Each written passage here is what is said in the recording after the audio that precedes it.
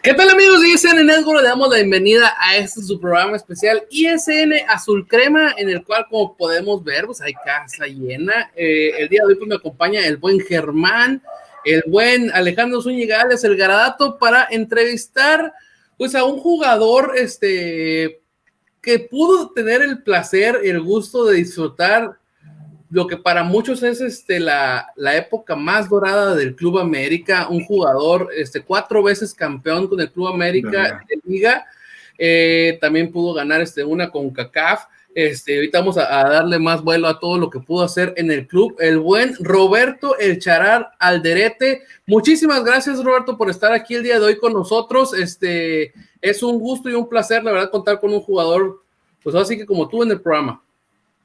Gracias a ustedes por la invitación y buenas noches a todo el público. Pues ahora sí que vamos a aventarnos con la entrevista. Hay mucho que preguntarle, ahora sí que se la sabe saber casi de todas, como el buen tío Oscar, que le mandamos saludos. Tantos años jugando al fútbol y aparte después en la parte formativa y dirección técnica, entonces pues algo le ha de saber al asunto llamado fútbol, ¿no? Roberto, ¿cómo prefieres primero que te digamos? ¿Te decimos Roberto, te decimos o andamos de confianzudos y te podemos decir Charal? Es igual, como quieran, me da lo mismo, están en confianza. Es todo. Bueno, Charal, ¿cómo llegas tú al fútbol? Yo, después de la secundaria, me metió mi papá a trabajar de mensajero y conocí al Niño Díaz, que era el auxiliar de José Antonio Roca en el Atlético Español.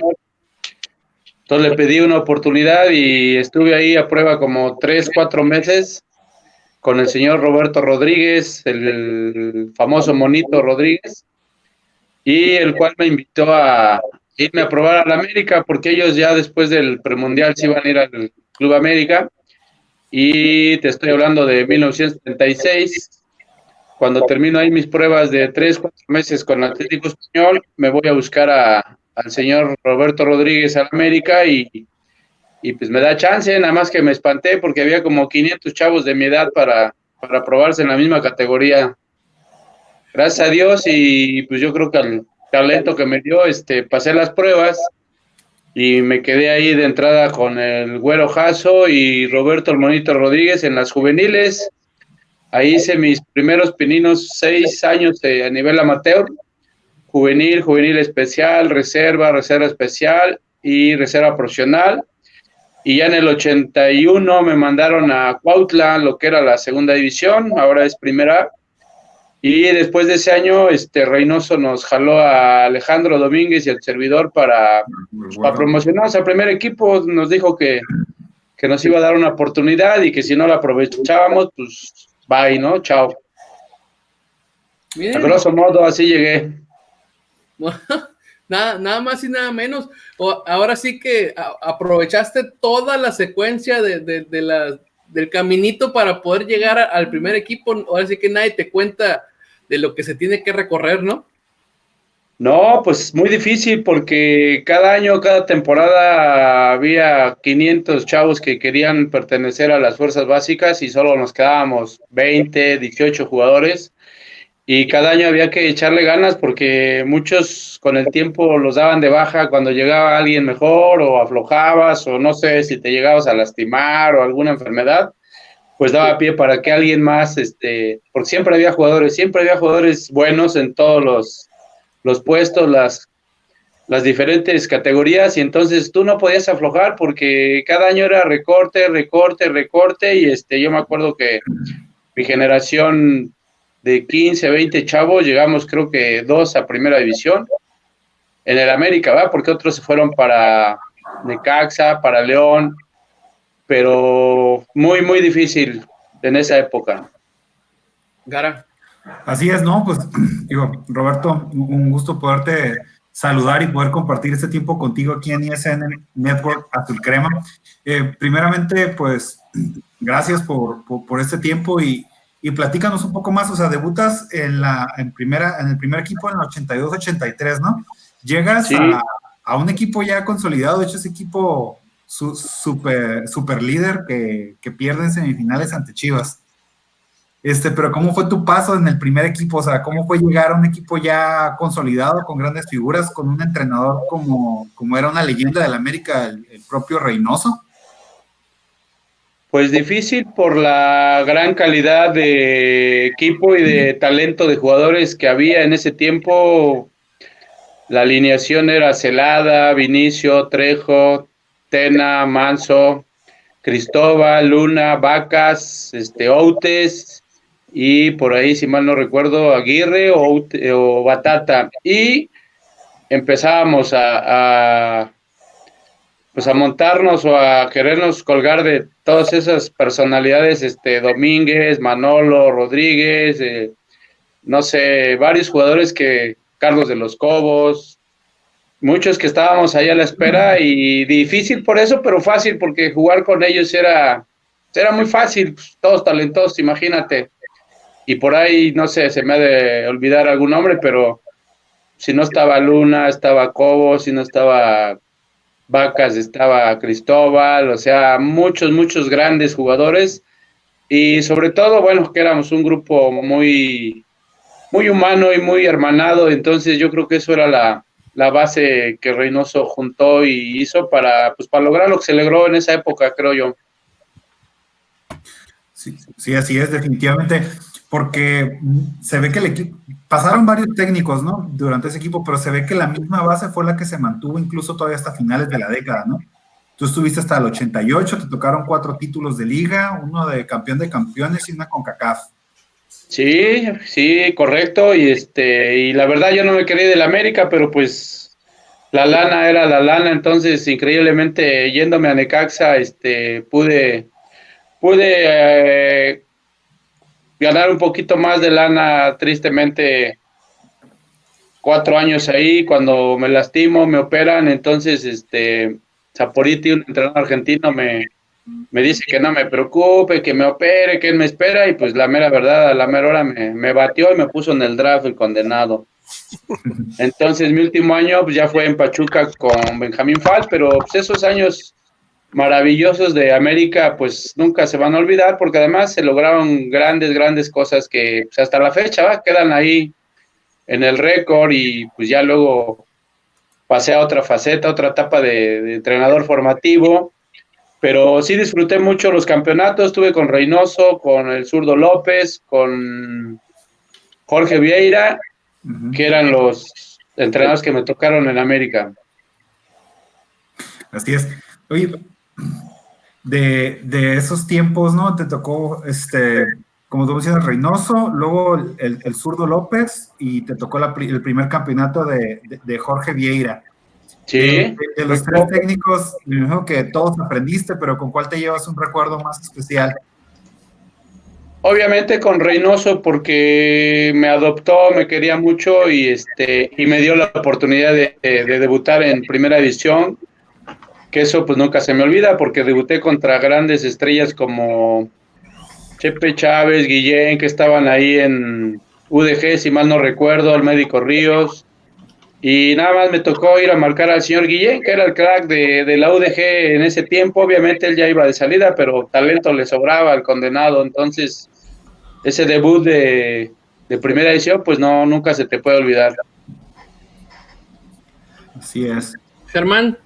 Sí, Roberto, agradecido de que hayas aceptado estar aquí con nosotros. La verdad es un gusto tenerte aquí, como es un privilegio, ¿no? Porque no cualquiera ha pasado por donde tú has pasado, así que eres un privilegiado en este tema del fútbol, de haber estado en el América. Yo te quiero remontar a ese primer día que llegaste al vestidor del América. ¿Qué fue lo que más te impresionó, algo que te haya marcado en ese primer contacto que tuviste con el vestidor? Mira, teníamos una ventaja porque les gustaba mucho jugar de sparring contra los juveniles. Los juveniles éramos un gran equipo técnico, obviamente formado por Monito y el Güero Jasso, que eran entrenadores muy técnicos. Y entonces nuestro equipo juvenil y de reserva era muy bueno, que el primer equipo, desde que estaba Roca, siempre nos pedían para ponernos de sparring. Entonces teníamos ya cierta, pues si no confianza, cierta identificación con jugadores muy importantes como Alfredo Tena, como Mario Trejo, como Cristóbal, que de alguna manera nos dieron esa confianza y nos cobijaron para sentirnos cómodos y no sentir ese distanciamiento, esa diferencia que a veces hay de primer equipo hacia reservas o hacia otras cosas. Entonces yo creo que ellos tuvimos mucho contacto, mucho fútbol entre nosotros y llegar al vestidor de primer equipo, estaban muy pegados, ¿no? Primer equipo, haz de cuenta, de 3 metros para un lado era primer equipo y para el otro éramos las reservas. Entonces no había mucha diferencia y los jugadores, como te mencioné al principio, eran de gran calidad humana. Entonces nunca sentimos temor ni nervios, sino esa ansiedad de estar con cracks, con estrellas como Outes, como Batata, como Brailovsky, como Alfredo, como Cristóbal, pues que ya eran jugadores mundialistas, ¿no? Que eran jugadores cracks en ese tiempo. Y sí fue algo muy padre, creo yo, porque pues ya que te den un lugar en el primer equipo donde a un lado tienes a Vacas, al otro tienes a Brailovsky, o enfrente tienes a Alfredo, a Cristóbal, o sea, ya es una experiencia muy, muy padre y muy emocionante y obviamente pues empieza a madurar, ¿no? De esa manera. Claro que sí. Mira, vamos a aprovechar para darle la bienvenida a otro compañero de nosotros, al buen Meño. Te damos la bienvenida. Hola. Pensé que era Brailovsky. Bueno, fuera, ojalá. Trae el look acá, chino y blanquito. Sí parece. Mira, aprovechando. No, la perdida por ahí. En la pantalla te mandó saludos Berta Mesa, dice eso es todo, hermano. Aquí anda presentándose la gente y Oscar Sarmiento dice saludos al serio Alderete, dice. Siempre me he caracterizado por esa seriedad. Ándale, exactamente. Entonces, pues bueno, le voy a pasar el micrófono al buen Meño para que haga la siguiente pregunta, llegando y tundiendo así como en el llano, ¿no? Muchas gracias, Gus. Bueno, pues un gusto conocerlo, señor. Saludos, Gara, Germán, sobre todo, señor Roberto. Para mí es una fortuna y una oportunidad tener la posibilidad de platicar con usted como americanista, obviamente, sobre todo por la generación que le tocó a usted compartir la cancha, compartir el vestidor, ¿no? Como bien usted lo está diciendo ahorita, Vacas, inclusive Aguirre, o sea, sabemos perfectamente para el americanismo lo que es o lo que ha sido la figura del señor Cristóbal Ortega, por ejemplo, y a mí me gustaría preguntarle eso. si hubo alguna enseñanza como jugador, que se haya dado dentro del campo, que hayan compartido en algún partido importante, en alguna remontada importante, que usted nos pueda decir, en que haya surgido un líder, que quizá pudo haber sido el señor Cristóbal. ¿Qué consejos le dio?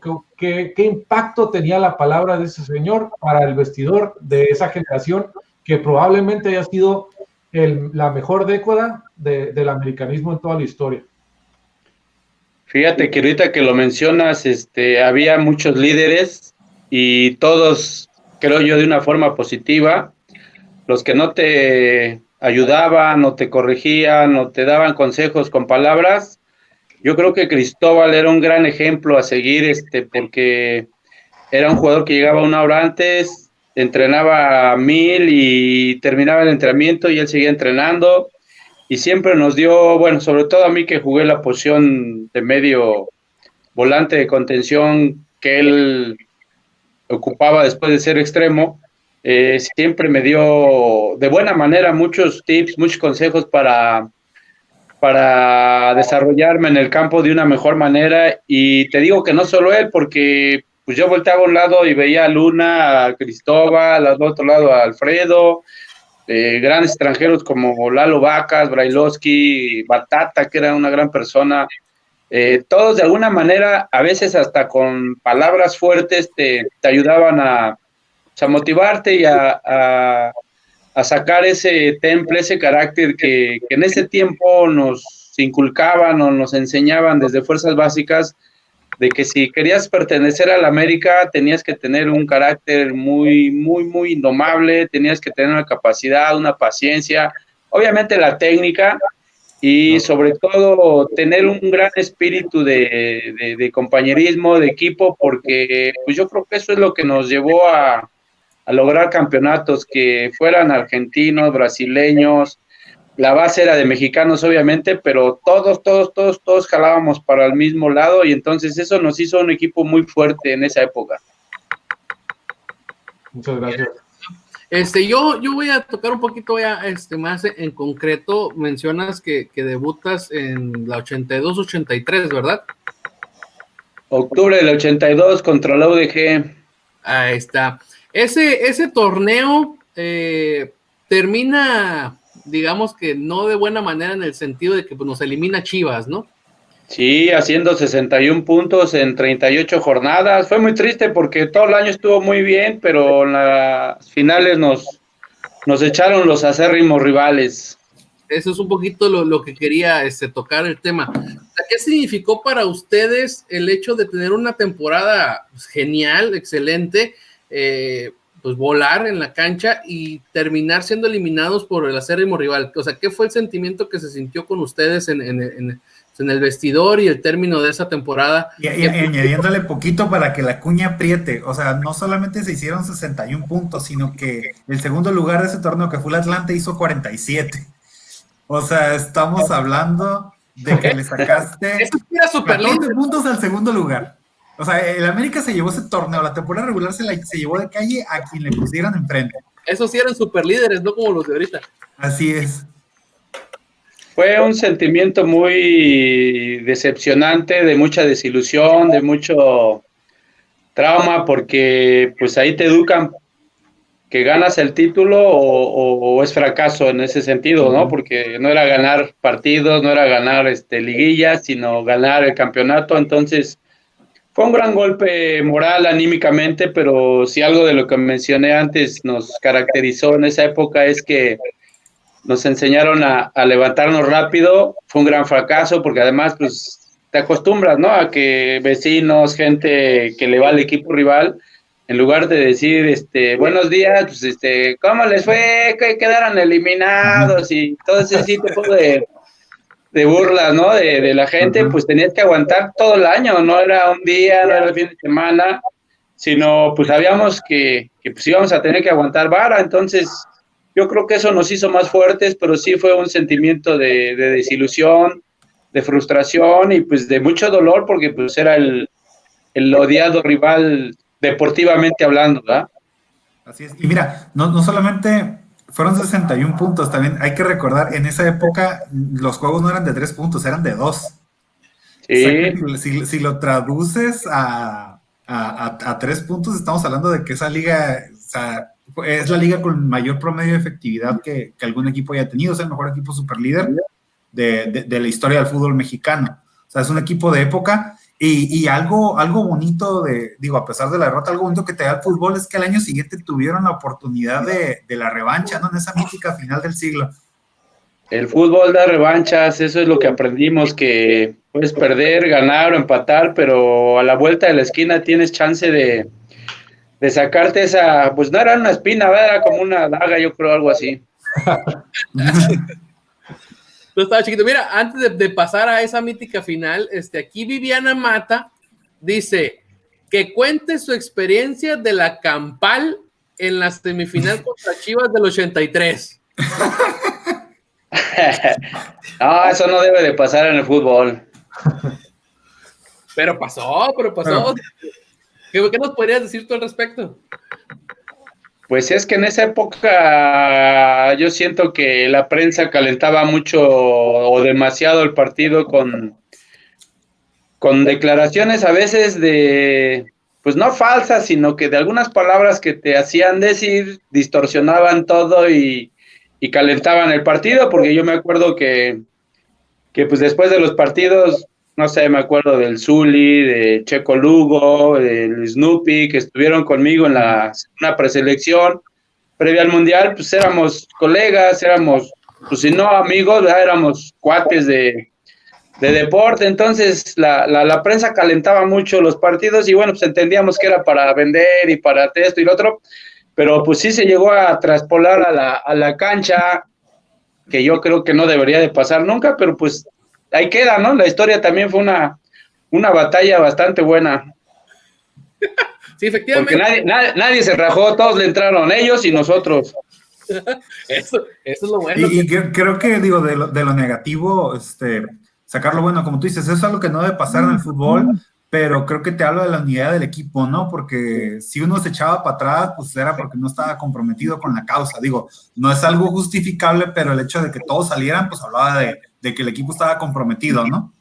Todos le entraban, hasta mi cuate el Alex Domínguez, porque él un día me dijo, yo paré el primer puñetazo con el ojo, compadre, y nadie me cree. Yo así de... Pero sí, todos, no hubo nadie que no le entrara, que no fuera para adelante, porque pues eso es lo que aprendimos, ¿no? Que éramos un equipo y jalábamos para bien o para mal, todos para adelante juntos. Eso es bueno. Y fíjate que ahorita que sacaste a Alex Domínguez, desde hace rato que lo mencionaste, me empezó a retumbar aquí, y el buen Quique Datos, de los más grandes, pues vino a recordarme lo que me estaba haciendo ruido. Y es una anécdota que podríamos tocar ahorita antes de seguir, porque nos queda bastante programa, que dice el buen Quique Datos: ¿por qué les decían charales a ti y al Alex? Pues yo creo que por lo delgados, porque yo debuté con 63 kilos en primera división y pues estaba muy, muy, muy delgado, y obviamente él también, éramos de complexión delgada, que ahí hay una anécdota de que Panchito Hernández nos mandó a comer a Las Espadas, que era un lugar que estaba aquí por el Azteca, y cuando se enteró de las cuentas, mejor hizo la cocina ahí en el Club América, porque pensó que llevábamos a la familia a comer, pero pues no, éramos nosotros porque estábamos charales. Esos son los más peligrosos, ¿no? Sí, ándale, para el taco, que ves que quién sabe dónde les entra tanto, pero aquí se está, nos están saliendo aquí los familiares del buen Roberto. Alexander Hernández dice: saludo a mi tío Roberto Alderete desde el Gabacho. Sobrino que está en Estados Unidos.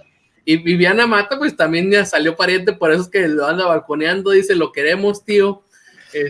Y pues un saludo a los amigos del Linaje Águila que se andan conectando por acá también, la verdad. Y el buen Boomer que dice: puro amarillo hoy, qué miedo. Algo, sobre todo si le van a las Chivas, tengan mucho miedo. Le cedo la palabra al buen Germán. Ok, Roberto. Así es que si me quieren invitar a comer, les va a salir más barato un traje de charro. No, pues mejor vamos al buffet, ¿no? Hablando de espadas, me acordé que el buffet, Gustavo, que está aquí por cerca de su casa. Ese no hay bronca. Ese no hay bronca, ese puedes comer lo que sea, es un solo precio, no hay problema, entonces ya sabemos para la otra. No, cuando vemos nosotros invitamos la comida, Charal. Así es. Dale, pues. Roberto, una pregunta ahorita que estábamos hablando del compañerismo del equipo y quiero seguir en el vestuario. Ahí te va una pregunta, un 3 en 1. Mencióname, por favor, quién para ti, cuando estuviste ahí, quién era el jugador más alegre del vestidor, el jugador más serio y el jugador que te imponía más respeto.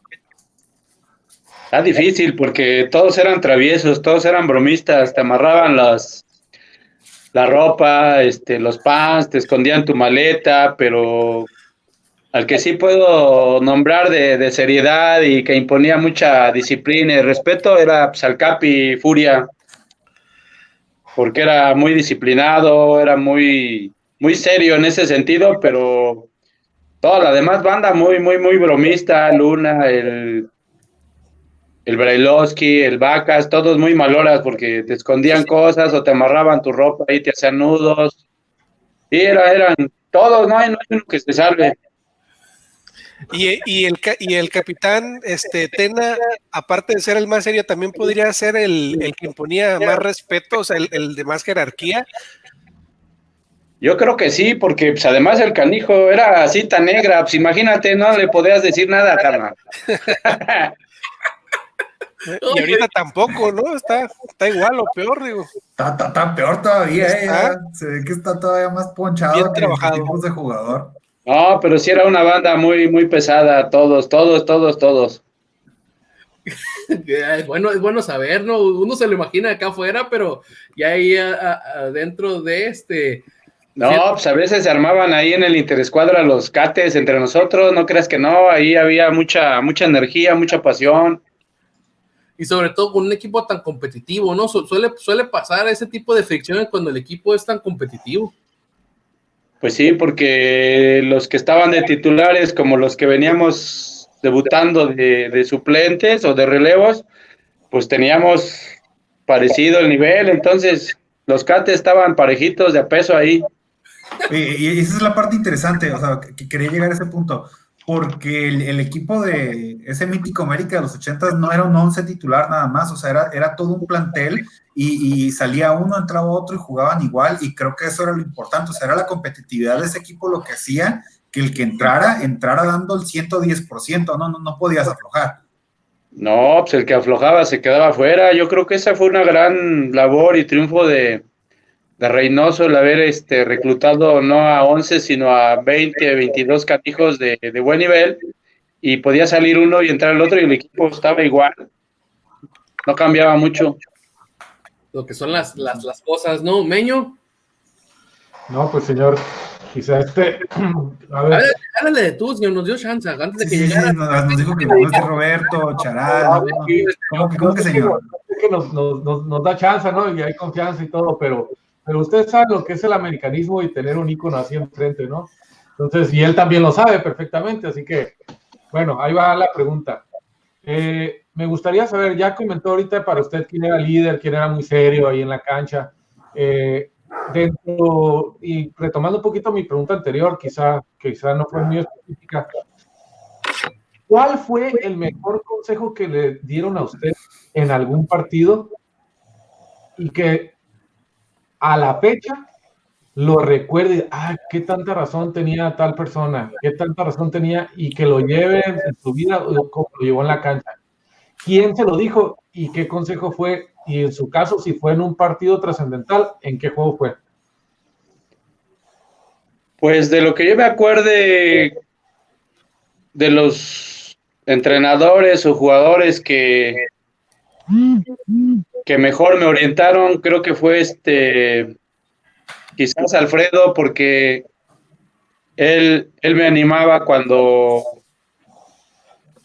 yo mostraba que quería jugar y pues no podía porque tenía adelante gente como Cristóbal, como Luna, como Vacas, y siempre me decía, ¿no? Que nunca bajara los brazos, que tarde que temprano llegan las oportunidades y que no había que desesperarse y lo más importante, no aflojar ni relajarse porque no le daban a uno la chance, Y eso siempre me ayudó a mantenerme en un nivel que cuando me necesitaron, ya sea Reynoso, el zurdo o Vieira, pues siempre rendí, siempre estuve a la altura de las circunstancias. Y eso, bueno, me acuerdo mucho de Alfredo porque era el que te daba el ánimo, te daba la confianza y además como era una figura importante en el equipo, pues te fortalecía. Mira ahí nomás. Mira, bro, se sigue apareciendo aquí familiares. Alfredo Morales, te manda saludos, dice desde Morelia, que es tu primo. Alejandro Juárez dice saludos al compadre Roberto. Vecino y compadre, el compañero. Por ahí dicen que no hay compadre que no haga daño, ¿eh? Esta es fresa, no te preocupes. José Alderete dice, lo invitaron a comer, dice, no saben lo que dicen, saludos. Ese hermano mío jugó en Celaya con Butragueño y en Toros Neza. Ahí está. Familia futbolera, entonces. Sí, 5 años más chavo, pero ya se ve un poquito más cascado que yo el conejo. Isaac, Oviedo Alderete y saludos a la figura de la familia, dice, cuenta tu experiencia dentro del club como entrenador, tantos jugadores que pasaron por tus manos. Ahorita nos vamos a pasar a la época también de entrenador, porque de hecho pues el gringo Castro nos mencionó pues, que fuiste su profe, ¿no? Entonces ahorita vamos a llegar a esa parte. Entonces, así es, digo, porque el gran Roberto lo que tiene fue por mucho tiempo parte del plantel americanista, aquel mítico plantel de los 80s, pero también tiene su faceta como entrenador y formador de futuras estrellas del club. Entonces vamos para allá. Exactamente. Antes de que nos brinquemos de todos esos temas, pues ya empezamos a tocar un poquito este tema de que no era la espina clavada, no era una daga clavada, la verdad, por el hecho de haber perdido contra Chivas la semifinal. Cuéntanos así, Roberto, porque esa final contra Chivas en el 83-84, o sea, tuvo de todo, o sea, expulsiones, penales, contra Chivas, o sea, el hecho de que un año antes pues, los habían eliminado en la semifinal, o sea, no sé si hubo algún que otro fantasma o algo, o sea, ¿qué significó para ustedes el hecho de que llegaran a la final contra Chivas y pues ganarla, ¿no? Pues era una gran motivación por lo que ya mencionamos de que veníamos dolidos y pues decepcionados del torneo anterior y entonces lo que más queríamos era Chivas en la final y afortunadamente pues se dieron las cosas como se dieron, digo, también ellos tuvieron sus errores, sus defectos como el penal fallado por Cisneros, pero pues ahora sí que el fútbol es aciertos y errores y entonces si te equivocas menos, puedes tener más chance de ganar y pues ellos se equivocaron más, entonces nos tocó la nuestra y pues dulce venganza deportiva, ¿no? Sí, bastante dulce. Porque no solo fue el ganarle al acérrimo rival, no solo le ganaste al equipo que te sacó el torneo pasado, le ganaste al actual campeón, o sea, les frustraste el sueño del bicampeonato.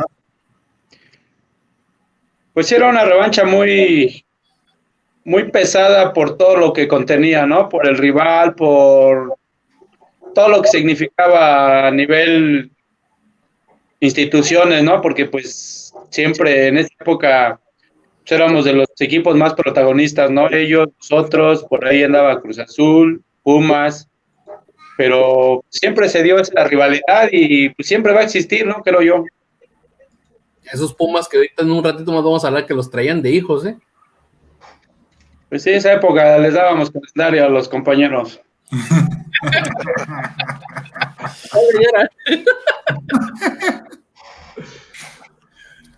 Dale, Garita.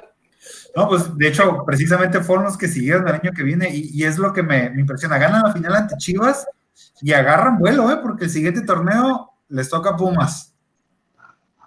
Y también exacto. Y luego agarran vuelo y se avientan un tricampeonato, o sea, ahí pues digo, por decisiones de la federación previo al mundial, pues deciden dividir el torneo, ¿no? Hacen 2 torneos, que es el Pro de 85 y el México 86. Contra el Tampico, que nos metió un sustote allá en Tamaulipas, los condenados. ¿Y cómo, o sea, esa parte, fue muy duro la ida, les pegaron una goleada. ¿Y cuál fue la motivación en la vuelta? ¿O cómo fue el vestidor, por ejemplo, acabándose ese juego de ida? Lo que pasa es que Tamaulipas siempre fue una plaza difícil, primero por el calor, después por la gente que era muy, muy ruidosa, muy escandalosa, y desde que bajábamos del avión o el camión, como era una zona petrolera, nos aventaban bolsitas de petróleo, pero abiertas, entonces te manchaban todos, era muy, muy brava esa gente, entonces, y lo más duro pues, era que traían a un señor como Reinaldo Gualdini, que le pegaba como mula al desgraciado. Pero pues acá en el Azteca ya no fueron los mismos y entonces ya se les acabó el aire. Difícil, complicado jugar en el Azteca, ¿no? Claro, les pusimos como 20 trailers ahí para que aspiraran smog. Oye, bueno, y fueran cayendo como moscas. La mosca del Fanny Munguía, que fue el que se aventó ese gran partido. Y varios se aventó buenos el Fanny. Germán. Sí, Roberto, si te das cuenta, Gara te mete a la parte de la historia y de todo eso, yo me estoy yendo por otro lado. Mi pregunta es la siguiente. Quitando tu equipo, cuando tú estuviste en el América, ¿qué América te ha gustado más? Hacia adelante, ¿cuál es el América que te ha gustado más? ¿Con qué entrenador, qué jugadores, qué filosofía? Tú puedes decir, este América, quitando la mía, porque pues, la tuya era punto y aparte, me gusta. Me gustó mucho la época de Leo Benhacker porque me gusta mucho esa filosofía de atacar y de proponer los partidos, y sobre todo que debutó a una generación como Cuauhtémoc, Lara, Terrazas, Villa, gente que de alguna manera los alcanzamos a ver ahí en fuerzas básicas y que venían de esa escuela de básicas, de la mística, del carácter, del nunca dejar de pelear. Entonces, ese equipo de Ben Hacker, obviamente con el complemento de Villig y el Calucha, pues a mí me encantaba ese equipo. Sí, excelente. ¿Tienes algún otro? Porque yo pensaba que esa ibas a mencionar, y no sé si tengas alguna otra que también te haya gustado su forma de jugar o los jugadores que tenían. Pues mira, cuando estuvo Ivo Basay, ya me estoy convirtiendo de chileno. ¿Cómo se llama este chileno de Fox? Zamorano. No, el otro. Bueno, estaba Zamorano y el otro chinito volante que vino de Toluca. Fabián Stay, gran jugador. Gran técnica, ¿no? Sí, no, pero jugadorazo él, Zamorano. Pero pues todavía les tocó ahí un poquito. Pero bueno, en todos los años y en todas las épocas ha habido buenos equipos de América, unos más, menos, pero pues América debe entender que siempre tiene que estar ahí en los primeros lugares. Exactamente. Efectivamente, Meño. Efectivamente, es una obligación, tenemos que estar ahí en los primeros lugares, nos tienen que responder los chavos, ¿no? Entonces, aquí viene mi pregunta. En relación a ello, ¿qué opina usted de retomando o volviéndonos a otros tiempos más actuales, digamos? ¿Qué opina usted del fichaje de Lainez? Más bien la venta de Lainez. ¿Usted cree que se hizo en el tiempo prudente o debió haberse quedado un tiempo más en el América? Me refiero porque usted debe conocer bien la cocina del América, lo que se cocina, la alta calidad que se cocina en el América, como para ya sacarlo a la venta. ¿Se fue crudo o estuvo bien? No, yo creo que se precipitaron porque tuve la fortuna de estar trabajando ahí un rato de entrenador y fui de los que lo recibió a los 14, 15 años a este muchacho con gran talento, grandes condiciones, pero tienes que madurar, tienes que cuajar un poco para no precipitarte, para no ser tan novato en ese sentido, porque las decisiones que tomas ya en primera división repercuten mucho a favor o en contra de tu equipo. Entonces, yo creo que con un año más que lo hubieran dejado y además recientemente campeones y lo que tú quieras, al Chavo lo hubiera cuajado más, pero bueno, entiendo que son negociaciones que si no se hacen en ese tiempo, pues a lo mejor no se hacen después, pero mi opinión es que se fue antes de lo debido. Ok, gracias. Ahí está, se sigue siendo presente la familia de Roberto. Gilberto Morales dice que saludos al tío Roberto, sus sobrinos de Chimalhuacán. Así que ya vamos a pasar a esta parte que dice Yayo Oviedo, dice, pregúntale de su interinato de 3 partidos en primera división ganados. Entonces hay bastante información de tela de dónde cortar con el Charal, la verdad. Está muy ligado al americanismo, pero ya para terminar de tu etapa de jugador, tu último torneo que fue el 87-88, otra vez contra los Pumas, otra vez los vacunaron en una final, pero antes de tema, vacunados, ¿qué onda? ¿Qué pasó, Charles, en la semifinal, en la vuelta? El tema de los famosos penaltis contra Morelia. Pero esa fue antes, ¿no? No, fue en esa misma. La del 87-88, no. ¿No? No, esa nos ganaron en CU 1-0 la media semana y el domingo les metimos 4-1. Por eso, él comenta en la semifinal contra Morelia de ese torneo, esa famosa. Ese mismo, la final fue contra Pumas, pero la semifinal. La de Morelia. Bueno, es que ahí algunos no se sabían el reglamento y ya sabes, ¿no? La prensa empieza a tergiversar las cosas. Nosotros tampoco sabíamos, el único que sabía el reglamento y que sabía todo el rollo era Alfredo Tena, y fue el que dijo, cálmense que todavía faltan los penales, y yo, ¿qué pasó? Pues ya no estábamos bañando. Pero ahí debo de admitir que la mayoría de futbolistas, no sé si los de ahora, pero en esa época desconocíamos totalmente el reglamento y las 17 reglas totales como debe de ser. Fíjate que aprovechando ese tema, me gustaría a ti preguntarte directamente, alguien que estuvo ahí en el Pro de 85, o sea, este torneo realmente desde el principio, ustedes sabían que era bueno, ¿no?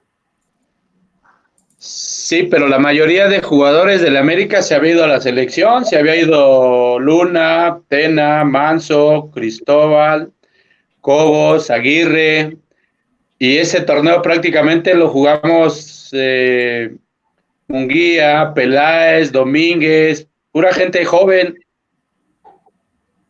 Pero sí sabían que iba a contar, ¿no? Porque ya ves que mucha gente empieza a decir, no, que se sacaron de la manga el Pro de 85 para hacerlo oficial, después de que todo el mundo decía que no era oficial, y como lo ganaron, se los dieron. Todo torneo oficial cuenta, mi hermano. Si lo avala la Federación y la Conmebol y todas las federaciones mundiales, entonces pues es que es oficial. Pues el Bimbo y el Danone pues no cuentan, pero la Liga de la Federación Mexicana de Fútbol Mexicana, pues sí. Claro, ya ve que hay gente que nomás quiere estar hablando por hablar, y quiere estar buscando el negrito en el arroz siempre en la América, ¿no? Son los ardillas, no te preocupes. Y esos hay muchos. Y machine, le paso la palabra al buen Gara, que ya vamos a brincar de tema, esto es como él lo prometió. Así es, ¿no, Roberto? Entonces, después de ese torneo te vas a Necaxa unos años. Don Roberto, dice otra vez Don Roberto, ya te salió un pequeño ahí. Te vas unos años a Necaxa, me comentas que tienes una lesión, te operas y tienes que verte retirado. ¿Y cómo fue que empezaste después de tu etapa como jugador? Porque muchos asumen que es un proceso natural, ¿no? Después de jugar me voy a entrenar, pero no todos tienen esa capacidad o ese gusto por la formación de jugadores, ¿no?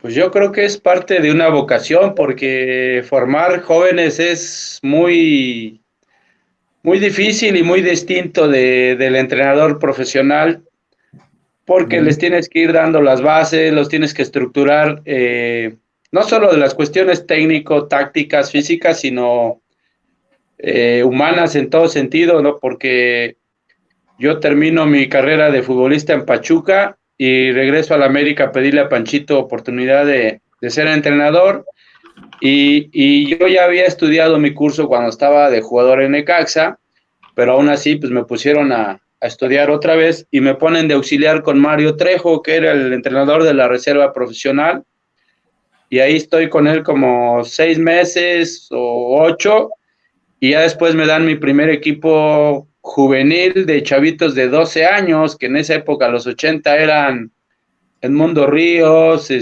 Marco Reina, el Chícharo González, Tahuilán, Castro, chavos que traían algunas cosas, pero pues había que darles estructura, darles pulimiento, y ahí empiezo mi carrera de entrenador en el 93 con esa categoría, y bueno, inicio de auxiliar con Mario Trejo con la reserva profesional, que esos jugadores ya estaban asomando ya la cabeza para primera división, la generación de Cuauhtémoc, de Lara, de Yacuta, de Edson Astivia, toda esa generación ya estaba por debutar en primera división.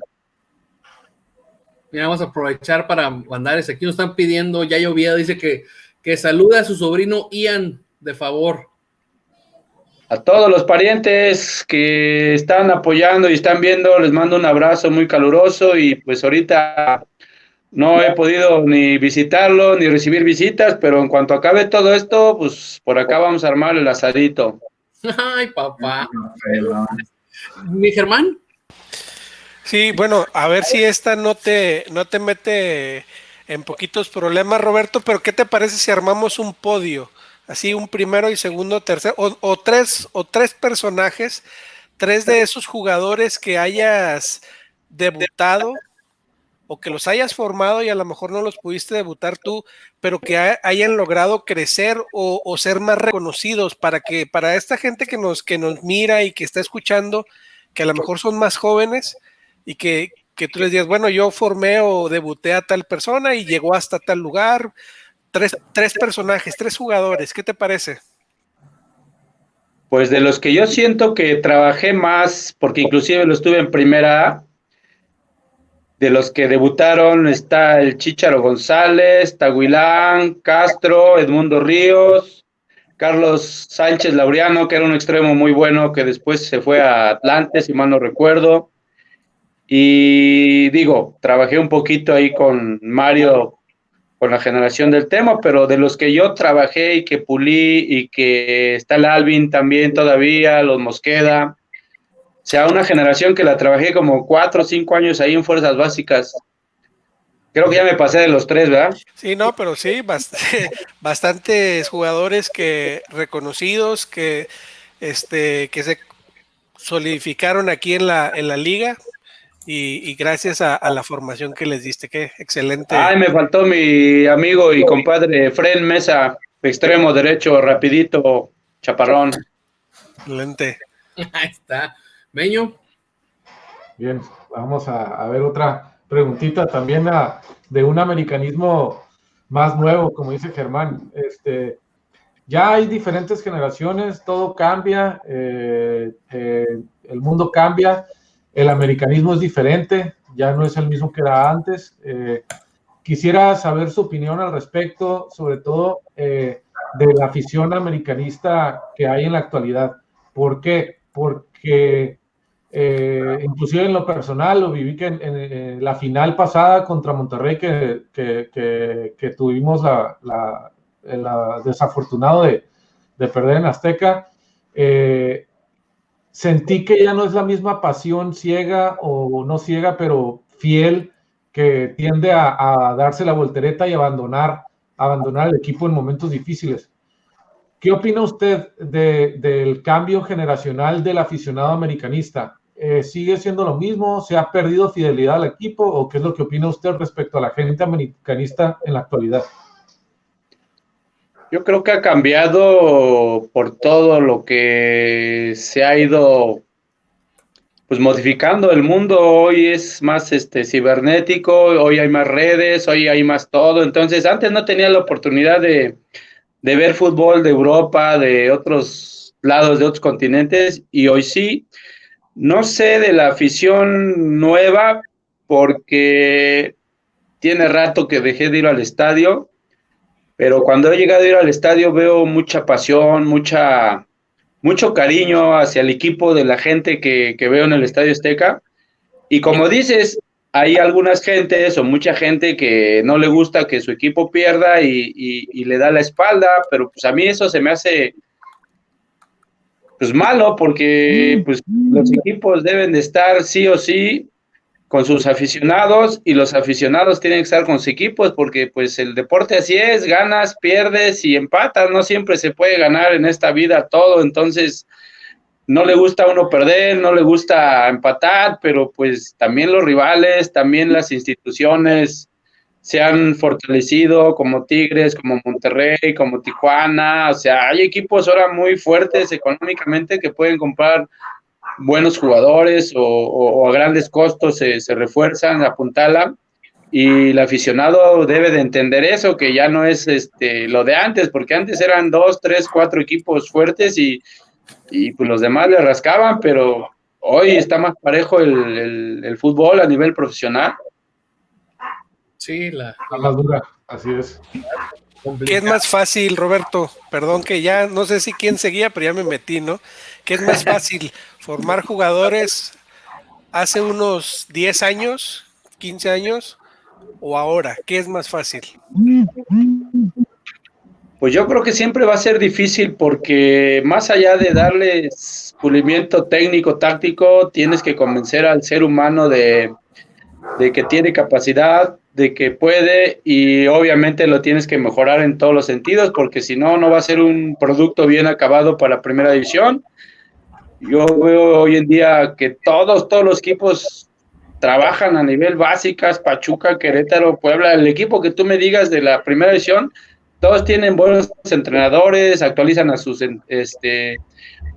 personal, tienen las técnicas modernas, lo que tú quieras, pero finalmente el jugador es un ser humano que si tú no lo convences, si tú no lo enseñas a que maneje sus emociones, pues va a tener errores, que errores siempre va a haber, pero entre más control tenga y menos errores cometa, pues va a ser un mejor jugador. Entonces es muy difícil, pero pues no es imposible. Digo, los que tenemos vocación, tenemos paciencia, tenemos tolerancia, porque a veces sí te dan ganas de ahorcarlos a los condenados, porque trabajas con 15, 16, 17 años y no saben ellos ni lo que quieren, pero cuando tú los convences y les haces ver que sí es posible, siempre sale un chavo para Primera División. A mí me gusta ahorita mucho este chavo que salió de América, Córdoba, porque es un descarado, es un arrojado, es cínico y juega como de tú a tú con cualquiera, ¿eh? Es un crack ese chavo. Sí, unas condiciones bárbaras, ¿no? Manejo claro, y la personalidad que muestra es importantísima, porque eso es lo que el mecanismo necesita, gente con personalidad, con agallas de saber que se puede equivocar, pero lo va a intentar y lo va a lograr y lo va a hacer. Sí, de hecho, o sea, se le ha criticado, por ejemplo, el caso de Córdoba mucho por las expulsiones, pero si checas son porque no da un balón por perdido. O sea, las expulsiones que le ha tenido a lo mejor han sido llegadas imprudentes y son cosas que a lo mejor mejoran, pero nunca ha sido, prefiero eso a, por ejemplo, lo voy a decir abiertamente, un Roger Martínez que, por ejemplo, en la final contra Monterrey nomás daba un pase mal y se quedaba parado, ¿no? Eso es lo que no quieres en un jugador. Pero mira, finalmente ese chavo Córdoba que todavía tiene esos arranques, ese ímpetu que no controla, pues es lo que le falta y se llama madurez, porque si no madura, pues al rato ya no va a estar ahí, compadre. Sí, exactamente, es algo complicado. Ya estamos llegando al cierre del programa, se nos pasó ya la hora, la verdad, volando. Estamos rotando la hora. Así que vamos a intentar aprovechar sus últimos minutos. El tema que sacaron hace rato, Charal, es un tema que sí me gustaría tratar contigo. ¿Qué se siente, aunque haya sido por pocos interino, interino, ser el director técnico del Club América? Nada más rápido, perdón, antes de eso, poner poquito de contexto. Según la tarea que hicimos, fue en el torneo invierno 99, salió paraguayo Quise y estuviste de interino, ¿no? Tras la salida de Quise y antes de la llegada del Capi Furia. Carlos Quise salió, pero brevemente les voy a comentar que el indicado era Carlos de los Cobos, porque él era del cuerpo técnico de don Carlos Quise, y me dijo, vete Charal, ayúdame, y yo dije, pues ya voy de cuerpo técnico, pero él no quiso me mandó al entrenamiento, me dijo, haz esto, haz aquello, el otro, y ya nunca lo vi porque no quiso firmar por pocos partidos y se fue. Entonces a mí me dijeron, no te preocupes, pues Alfredo Tena es el próximo técnico y pues por ahí te va a apoyar o te va a acompañar, pero pues nunca se apareció el canijo. Entonces dirigí contra Santos allá en Laguna, contra Quirarte, que después de 9 años no se les ganaba ahí, y ganamos, y luego contra Morelia en Querétaro, porque en el Azteca había un evento de coaches o no sé qué rollo, y contra Atlas en Guadalajara de la Prelibertadores, que por cierto nos ganaron 5-3, debutando yo a Jonathan Martínez, un gran jugador, pero el marcador de 5-3 nos daba el pase a los dos equipos a la Libertadores. Entonces, de la primera pregunta que me aventaron los periodistas, ya sabes, oye, ¿cómo viste el 5-3? Y yo, soy el primer entrenador que califica 2 equipos a la Libertadores, mijo. Ay, nomás. Así de Pero fácil. ahí debuté a Jonathan Martínez, un muchacho talentoso, volante, que después se fue a jugar a Torreón, precisamente, ya después lo perdí, pero esos fueron los partidos que yo dirigí en Primera División, y de ahí el presidente me ofreció irme a Querétaro, que era la filial de la América de Primera A, y obviamente me llevé a todos mis chavos de la Segunda División, que eran el Castro, el Tahuilán, Edmundo Ríos, Arturo Rivera, Chícharo González, el Reinita ya estaba ahí, y un argentino crack goleador que era Marcelo Arce. Entonces ahí dirigí un año y al siguiente lo dirigí en Segunda División porque tenían un promedio bajo y bla, bla, bla. Después de 2 años ya regreso de entrenador de básicas al América otra vez, hasta hace como, ¿qué te diré? Unos 5 años que salí ahí por el 14, 15, cuando llegó el señor, ¿cómo se llamaba? Romano. Llegó de directivo y limpió gente, y entre ellos pues me dieron fleet, pero he andado dirigiendo terceras, segundas, y bueno, ahorita estoy en una escuela de aquí de Ecatepec que se llama San Francisco. Mi patrón y amigo Luis Tenorio, alias el Brujo, es el dueño del equipo y lo quiero mucho porque trabaja altruistamente, no les cobra a los chavos de la escuela. Los quiere tener entretenidos con el deporte ahí en Ecatepec para que pues no se metan en malos pasos. Ese es mi breve CV ahorita ya al final. Justamente te iba a comentar que era lo que decía tu camiseta, qué bueno que ya lo mencionaste, ese tipo de hay que apoyarlo, vuélvelo a mencionar, ¿dónde están? San Francisco, estamos en el Deportivo Villas de Salostop, allá en el municipio de Ecatepec, trabajando con Luis Tenorio, que es mi amigo y dueño de este proyecto, el cual me paga por entrenar jóvenes para sacarlos de la calle. Tenemos equipos de 14, 15 años, de 10, 11 años y chavitos de 4, 6 años. Para cuando quieran, gusten, ahí los esperamos ahora que se abra todo este rollo. Ya, ahí está. Excelente. Señores, pues ahora sí que hay que despedirnos, ya llegamos a la hora final del programa. Como lo menciona María de la Salud Mesa Morales, dice, vuelvan a invitarlo, tiene mucho que contar. Y sí, la verdad sí se ve que tiene muchísimo que contar. Fácilmente nos pudiéramos aquí quedar horas y horas sacando historias no, hombre, y con unas micheladas 5 horas si quieren. Hombre, ni les mueva a estos. ¿No les gusta? No, hasta el agua. No, ahorita hay escasez acá en Baja California, entonces esperemos a que pase la etapa de escasez, por favor. Pero sí, ya mencionado, sí, yo sí me ando animando cuando vaya a Ciudad de México, una comidita y pues unas micheladas ahí para amenizar el rato y echar una buena platicada. Ahí invitamos a mi tío, Oscar, y pues nos vamos de aquí para allá, todos, el crew, para aprovechar buen momento. Señores, pues nos despedimos, no, espérate, no sé, antes recordarle a la gente, porque si no me van a reclamar, ¿no es cierto? Estamos traídos a ustedes gracias a nuestros patrocinadores que son Lozano Aire Acondicionado, a nuestros amigos de Tortas Don Beto, Sucursal Riverol y a EDP Eléctrica del Pacífico. Fue un placer, la verdad, haber tenido a Roberto del Charar Alderete, no Alderete, Alderete. Alderete. con nosotros. La verdad, una charla muy ameno, y pues le paso el micrófono a mis compañeros para que nos pasemos a despedir. Garita. Sí, no, pues, Charal, muchas gracias por esta hora en la que pudimos compartir, en la que nos hablaste de tus experiencias. Muy, muy buen programa, muy amena charla, y esperamos tenerte aquí en próximas emisiones de ISN Azul Crema. Gracias a ustedes por la invitación. Germán. Yes. No, pues nada más, ya nos resta nada más agradecerle.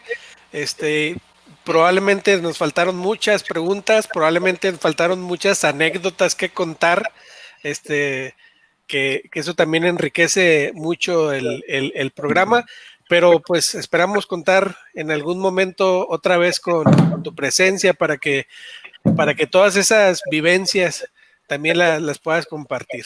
Gracias. A ustedes, a la orden. Y ahora le pasamos por penúltimo, porque luego también me voy a despedir yo, al Ruso Brailovsky. Rutito. Fuera.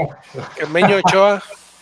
Oiga, señor Roberto, pues un honor haber platicado, haberlo escuchado, que se haya tomado el tiempo de abrirnos las puertas de su casa, de platicarnos sus anécdotas, de una persona con tanta experiencia y de que también tuvo la fortuna y los logros de haber pertenecido a una de las generaciones más importantes en la historia de nuestro club.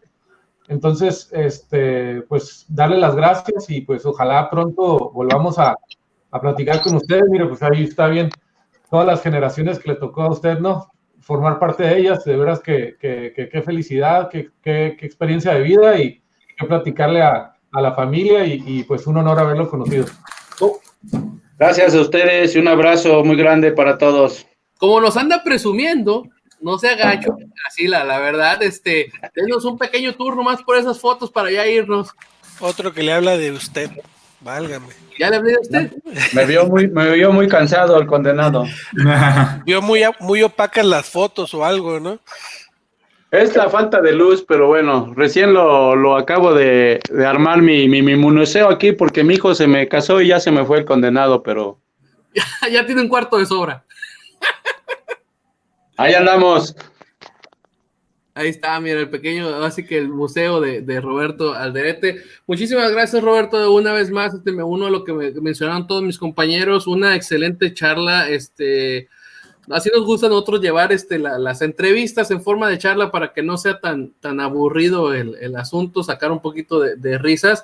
Y tal y como lo mencionó Germán, esperemos que sea la primera de muchas veces que contamos contigo aquí en el programa. En verdad, una charla enriquecedora, bastante interesante, con datos que mucha gente no conocía, y para que las nuevas generaciones se den cuenta de los jugadores que estuvieron en esa época dorada, que muchas veces la conocemos nomás por lo que vemos en la tele o por lo que escuchamos. Qué mejor que escucharlo de un actor principal, ¿no? Cuando gusten, ahí estamos a la orden.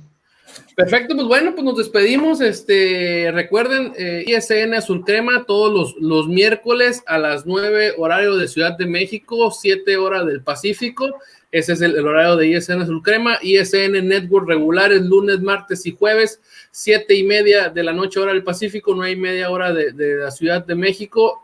Seguimos con entrevistas. Síganos en redes sociales, Facebook, Twitter, YouTube. También tuvimos podcast por si no alcanzan a ver la entrevista en vivo o son de los que no les gusta verlas en vivo y estarlas escuchando.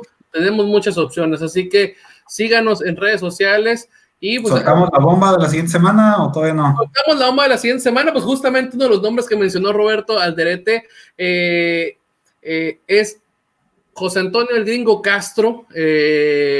Va a estar con nosotros el miércoles de la siguiente semana. Justamente se nos juntó el profe con el alumno en semanas separadas. La siguiente semana vamos a tener al buen Gringo Castro, 2 veces campeón con el América de Liga, mundialista por parte de México. Entonces vamos a tener... Campeón de campeones con CACAF también, ¿eh? Ahí está, mira, ahí está. Entonces, pues bueno, señores, pues nos despedimos.